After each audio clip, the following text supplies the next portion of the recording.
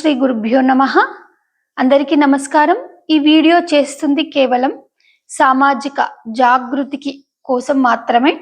అయితే ఇప్పుడున్న సమాజంలో పిల్లలు ఏ విధంగా పెరుగుతున్నారు, పిల్లలకి సరైన మార్గనిర్దేశం చేస్తున్నామా?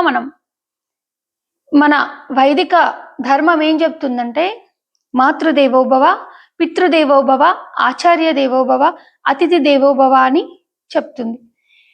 పిల్లలకి మొదటి గురువు తల్లి తండ్రి. అయితే ఈ తల్లిదండ్రులు పిల్లలకు ఏం బోధిస్తున్నారు, ఏ విధమైన మార్గాన్ని చూపిస్తున్నారు, ఎలా పెంచుతున్నారు, సమాజానికి ఏ విధంగా అందిస్తున్నారు పిల్లలని, మొదటి ప్రభావము తల్లిదండ్రులపైననే ఉంటుంది. ఒకవేళ మంచి ఆదర్శ భావాలతో పెంచితే కూడా పిల్లలు ఆ భావాలని జీర్ణం చేసుకోలేక, అవలంబించుకోలేక, సక్రమమైన మార్గంలో పెరగలేక ఉంటే అది వాళ్ళ దురదృష్టము. కానీ తల్లిదండ్రుల బాధ్యత ఏంటంటే ధర్మమైన మార్గాన్ని బోధించడమే తల్లిదండ్రుల యొక్క ధర్మం. అంటే మొదట తల్లి తండ్రి గురువు కాబట్టి ఒక ఉదాహరణ తీసుకుందాం. అయితే దేవతల గురువు బృహస్పతి అయితే దానవుల గురువు, రాక్షసుల గురువు శుక్రాచార్యుడు. పిల్లలకు తల్లిదండ్రులే మొదటి గురువులు అన్నప్పుడు తల్లిదండ్రులు శుక్రాచార్య గుణాలతో ఉంటే, శుక్రాచార్యులాంటి ఆదర్శ భావాలు ఉన్న తల్లిదండ్రులు ఉంటే వాళ్ళకు దైత్యపుత్రులే ఉంటారు. అంటే రాక్షస గుణాలతో ఉన్న మూర్ఖులు, మూఢులు, సమాజానికి కీటకంలాగా పనిచేసే పిల్లలే ఉంటారు. అదే బృహస్పతి గురువు లాంటి వ్యక్తిత్వం ఉన్న తల్లిదండ్రులు ఉంటే పిల్లలు సన్మార్గంలో నడుస్తారు, సమాజానికి ఎంతో సేవ చేస్తారు, కుటుంబాన్ని పోషిస్తారు, తల్లిదండ్రులను గౌరవిస్తారు, పెద్దలను గౌరవిస్తారు. సమాజము ఒక సస్యశ్యామలంగా ఉంటుంది వారి వల్ల. ఇప్పుడు నడుస్తుంది కూడా ఉత్తముల వల్లనే ఇంకా సమాజం ఈ విధంగా ఉంది. అంటే వాళ్ళ తల్లిదండ్రులు ఎంత మంచి మార్గాన్ని వాళ్ళకు చూయిస్తే వాళ్ళు ఈ సమాజాన్ని ఇంకా సస్యశ్యామలంగా ఉంచగలుగుతున్నారు.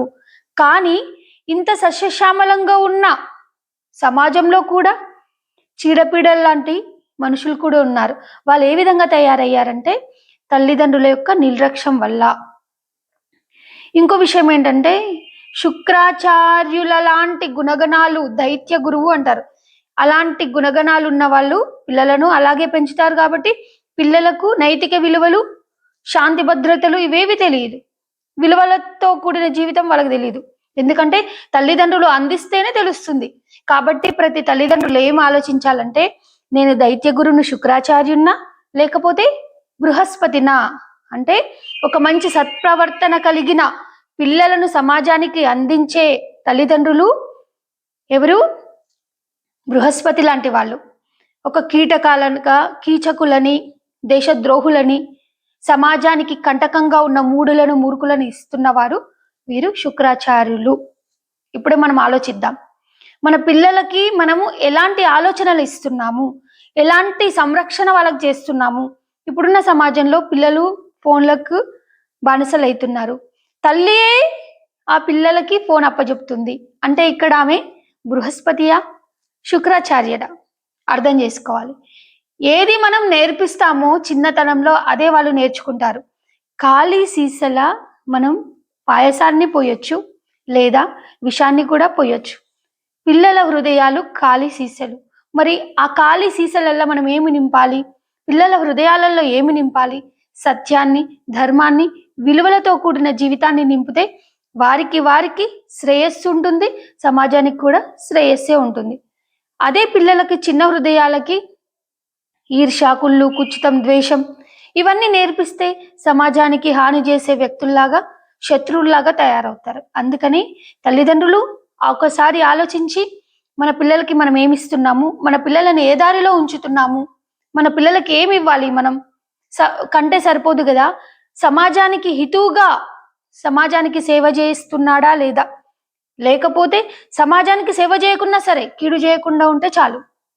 అట్లా మన పిల్లల్ని మనమే ఏ విధంగా పెంచుతున్నాము, మన పిల్లలకి మనము శుక్రాచార్యుల్లాగా గురువులాగా ఉండాలా, లేకపోతే బృహస్పతి లాంటి గురువులాగా మనం పిల్లల పట్ల ప్రవర్తించాలా, మనమే నిర్ణయం చేసుకుందాం.